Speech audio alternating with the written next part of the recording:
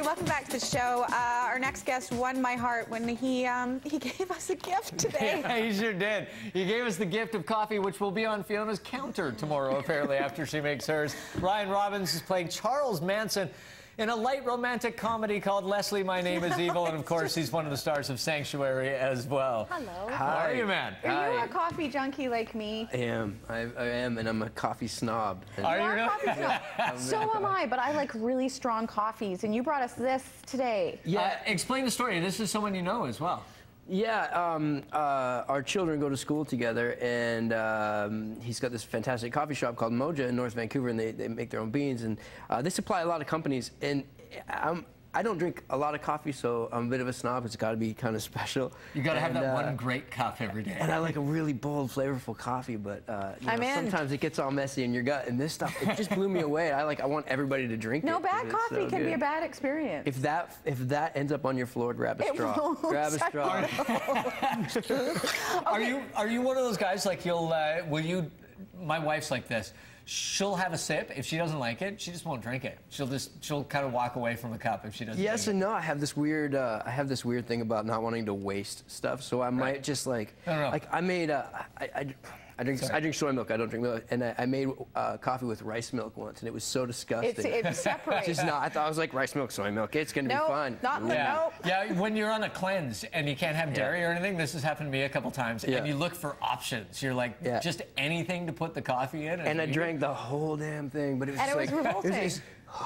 I should correct myself slightly. When I say my wife walks away, as she walks away, she pushes the cup over to me, so I have to drink. You're a guy. You'll drink anything. You're the carburetor, and you finish everything on. Now you are a huge UFC fan, and the UFC is coming to town. I am. Very exciting. It's very exciting. It was a record sellout. I think we were talking earlier that Vancouver's a huge market for the UFC. Huge. Pay-per-view market is incredible here, and it's really exciting. I mean, arguably not the most incredible card we've seen, but the sellout alone, just based on this card, could you imagine? Yeah, if could they be a had regular an amazing thing. card. A title fight. Do you participate at all? I mean, do you? I do. I've been training mixed martial arts for a long time. I mean, recreationally. I can't train as much when I'm working.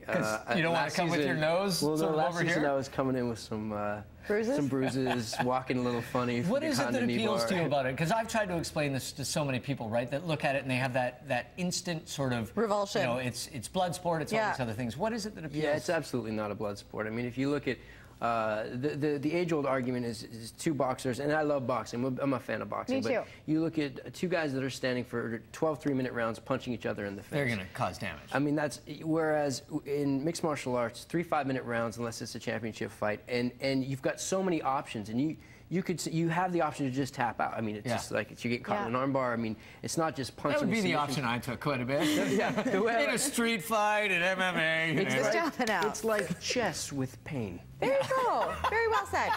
Now, we have to talk about... Electric chess. Electric chess. We have to talk about your movie, Leslie, My Name is Evil. Michael and I got the chance to see this a while ago. It's an Opened amazing up in theaters last week. And it's opening in theaters. So for those who haven't heard about it, tell us about your role as Charles Manson. Yeah, well, I played Charles Manson. Yeah. For that, and that was... Very well. Thank you. Disturbingly enough. Thanks. It was weird, man. It was like it was quite a challenge. I didn't have a lot of time to prepare for the role, and you know, you want to do a great job. You want to take on this iconic character, and truthfully, the hardest part was afterwards.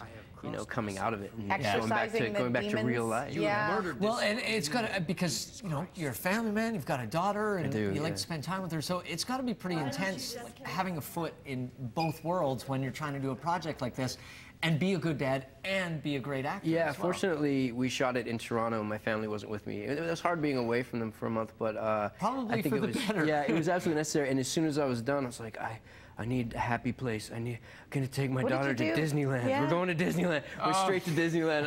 All I had in my mind was happiest place on earth. We'll go there. Did it work? It was fun, yeah.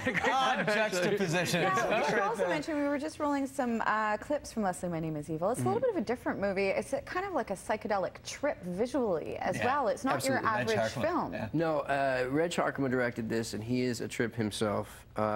It is the film is more of a statement than a biopic. It takes some creative liberties.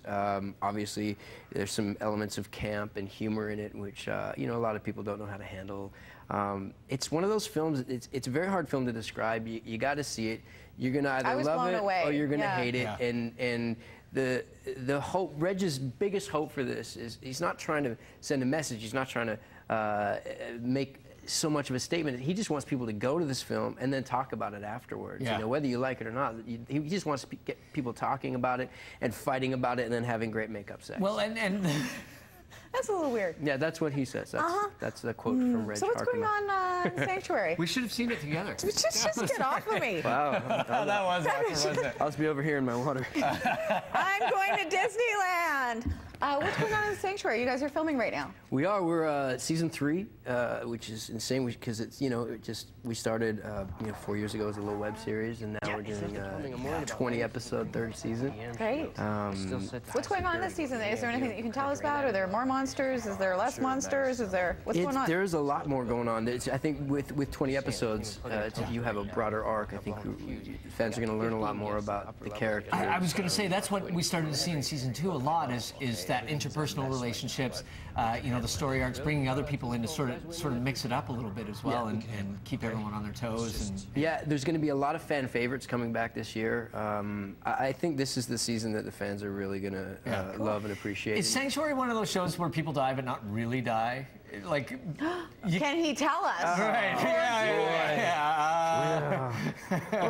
It's sci-fi. Anything can happen. Yeah, that's right. And there's lots of flashbacks, and there's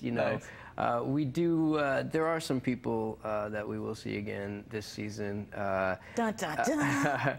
And we explored the characters a little deeper. My character has a lot of interesting stuff. I mean, as a werewolf, we get to see a little bit more of that. There's definitely been an evolution with my character. Cool. Yeah, for sure. So we'll see a lot more of that this year. We explore that more. And, nice. Hey, how long do you think I could last with him? Like if we had a little, if we had a little set too. How long would you give me? Ryan's one of those people that I think he might surprise you. I think you'd be down in. I know you're a scrapper. I know that. No, I'm just curious what you think. Not long. Yeah, I'd say 30 seconds. Yeah. Maybe a touch more. You would go like this and then tap out. If I was allowed to run, like if we weren't in a ring and I'd give 30 seconds. If it included running. I'd give you 27. Okay, here's the thing. Leslie, My Name is Evil is in theaters now. Make sure that you check it out. You can go to the Sanctuary website to find out all the info about the new season and catch up on some of the monsters and stuff. Tapped you out just tap already. out? Yeah, we're going to take a break. When we come back, Dr. Dan Callow will be joining us. We're going to be talking, of course, about his wonderful book of Flesh and Blood, but also he, of course, is an ER physician, so we're going to be talking about some very common summer ailments, including tips like a burn is not a bun. Don't butter it. Stick around. Right after this.